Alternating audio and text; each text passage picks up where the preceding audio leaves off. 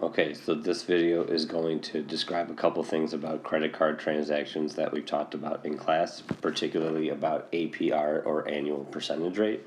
So what we learned about APR is that in general it's sort of like an interest rate for everything, including like hidden fees or things like that. So what we are going to do is talk about using an APR that's usually advertised and given to you, and talk about how to find a daily periodic rate. Normally it's a daily periodic rate with a credit card, and in particular when we read through the paperwork that you receive in the mail, let's say, they'll talk about calculating interest on a daily basis or through average daily balance. So we'll definitely want to know the daily periodic rate. Now, to find the daily periodic rate, all you really have to do is take APR and you leave it as a percent, and you're going to divide that by 365, the number of days in a given year. And again, we're going to leave this as 17.35 over 365. You don't have to change that to a decimal. And when you figure out that calculation, I'll double check myself. I came up with 0.0475, which we could round to about 0.05, and it's still a percent. So I know it's perhaps a little unusual because you're keeping this percent, you're not changing it in the equation. You'll deal with turning it into a decimal at a later point. So it's as simple as the APR number over 365. Now, we'll come back to that in just a minute. Another thing we talked about was average daily balance.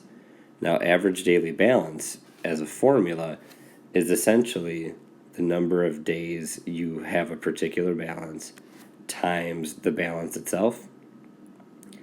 And then I'm going to write plus ... because what's going to happen is that each day, sorry, that looked like a G, no, it looks like a Y.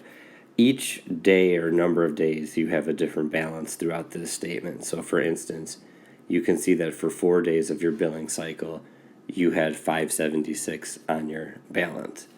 For 6 days, however, you had more than that. You had $18 on your balance. So what the average daily balance does is it multiplies this number, the days during the billing cycle, times the actual balance that it was at, and we're going to add these together. That's why there's the plus sign down here. And when we do that, after we've accounted for all of these, you divide that by the total number of days. So in this case, what we can do to start with is start writing the numerator, the top part of this fraction. So as we saw here, for 4 days, you had a balance of 576. So I would write 4 times 5.76 plus, we're going to keep this pattern up, 6 times 18. And there's 2 more. So we're going to have 10 times 374, 14. And lastly, 8 times 174, 14. All right, so to make some space, let me just shrink this down a little bit. Okay, cool. I'll re-highlight that in case you were paying attention and want that highlighted. Okay, so we need to do 10 right here times 374.14, and our last one is 8 days at 174.14. All right, let me zoom out so we can see that. And this sum that we have going on, everything that's written in blue, we still need to divide that by the total number of days.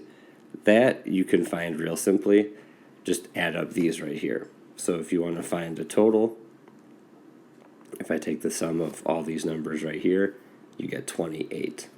So what this is doing is, again, a credit card doesn't want to take interest when you only have $5 on your account, nor in your case, you probably wouldn't want it to calculate interest the day you had $374 on your account.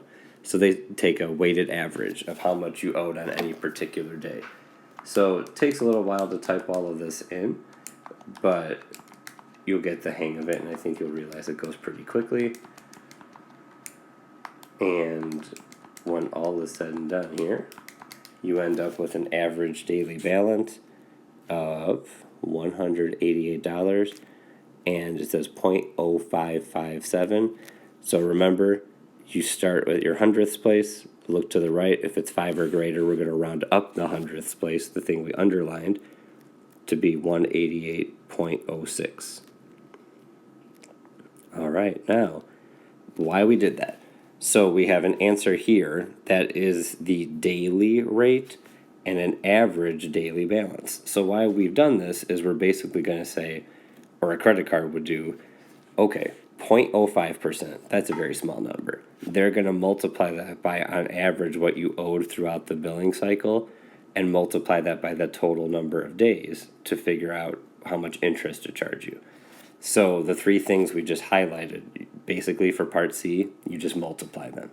So for this very last part, to find the interest that's charged to your account, I'll write it in words, and then we'll actually plug in the numbers. You're going to multiply the the daily periodic rate. So daily periodic rate. Now here, you actually want to put over 100. That's where we'll convert it back to a decimal, times the average daily balance. All right, that's what we just found. And lastly, times the total days. So with numbers plugged in for all of these things, what this would look like is as follows. All right, we're going to have 0.05 over 100. That was the daily periodic rate up here, over 100, times average daily balance, 188.06, and lastly, 28 days. And what this will tell us is the dollar amount of interest you're going to be charged. All right, and in the end here, I got $2.63. All right, so that is how you can calculate these three things: daily periodic rate, average daily balance, and then the interest that is charged for your particular billing cycle.